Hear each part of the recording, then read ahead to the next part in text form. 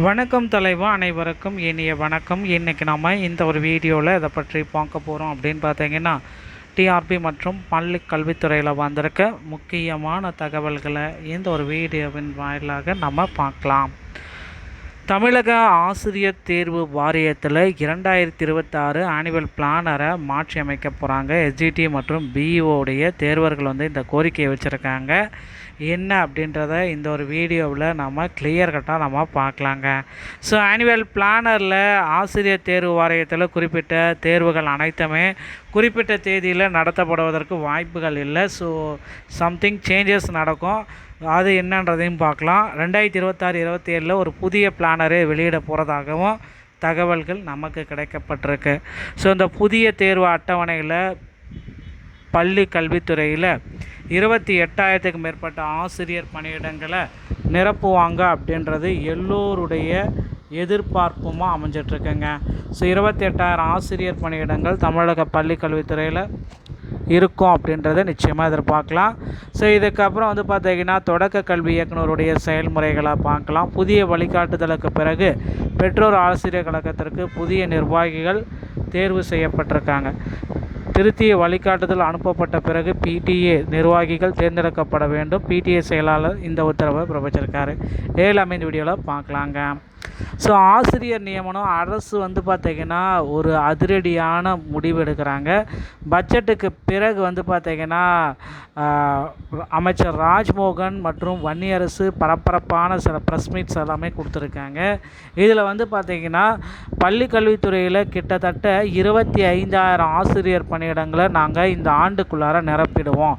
2013-17 டெட்டில் pass பண்ண ஆசிரியர்களுக்கு உடனடியாக பணி நிரந்தர அறிவிப்பை நாங்கள் வழங்குவோம். அந்த மாதிரி அறிவிப்புகள் அனைத்துமே வெளியிட்டிருக்காங்க. தமிழ்நாடு அரசு பார்த்திங்கன்னா கொள்கை முடிவு ஆகஸ்ட் 24ஆம் தேதி நீதிமன்றத்தில் வெளியிட இருக்காங்க. இந்த கொள்கை முடிவில் ஒரு பெரிய அரசாணை ஒன்று வெளியாகிறதுக்கு ரெடியாக இருக்குங்க. தமிழ்நாடு அரசு இந்த அரசாணையை வெளியிட போகிறதுங்க. டெட் நீதிமன்ற வழக்கில் ஒரு இறுதி தீர்ப்பாக விரைவில் வரும் அப்படின்றது எல்லோருடைய எதிர்பார்ப்புமாக இருக்குது. பள்ளி கல்வித்துறையில் ஒரு புதிய அரசாணை வரும். அந்த அரசாணை பார்த்திங்கன்னா புதிய அப்டேட் பிரகாரம் பள்ளி கல்வித்துறையில் ஒரு மிகப்பெரிய மாற்றத்தையே மாற்ற போகிறது இருக்குது. டெட்டில் பாஸ் அனைத்து சிறப்பு டெட்டும் சரி காமன் டெட்டும் சரி எல்லாத்தையுமே 60 மார்க் எடுத்தால் பாஸ் என்ற அறிவிப்பை நீதிமன்றத்தின் வாயிலாக இன்னும் ஒரு சில தினங்களில் வரும் அப்படின்றத எதிர்பார்க்கலாம். ஓகேங்களா?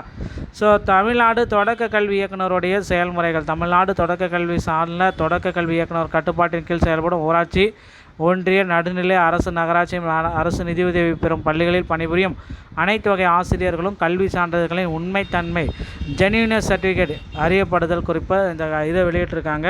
தொடக்க கல்வி இயக்குனருடைய கீழ் செயல்படும் ஊராட்சி, ஒன்றிய, நடுநிலை, அரசு, நகராட்சி, மாநகராட்சி, அரசு நிதியுதவி பெறும் பள்ளிகளில் பணிபுரியும் மற்றும் புதிதாக நியமனம் பெற்று பெறும் இடைநிலை ஆசிரியர்கள் அனைவரின் கல்வி சான்றிதழ்களுடைய உண்மைத்தன்மையை அறிவது குறித்து பல கோரிக்கைகள், நீதிமன்ற வழக்குகள் வரப்பெறுதல், அவற்றின் மீது பின்பற்ற வேண்டிய நெறிமுறைகள், புதியதாக நேரடி நியமனம் பெறும் இடைநிலை ஆசிரியர்கள் அனைத்து வகை கல்வி சான்றிதழ்களும் உரிய கல்வி நிறுவனம் பல்கலைக்கழக தேர்வு கட்டுப்பாட்டு அலுவலர் அரசு தேர்வக இயக்கத்திற்கு அனுப்பி ஜெனினஸ் செக் பண்ணணும் அப்படின்னு சொல்கிறாங்க. ஓகேங்களா?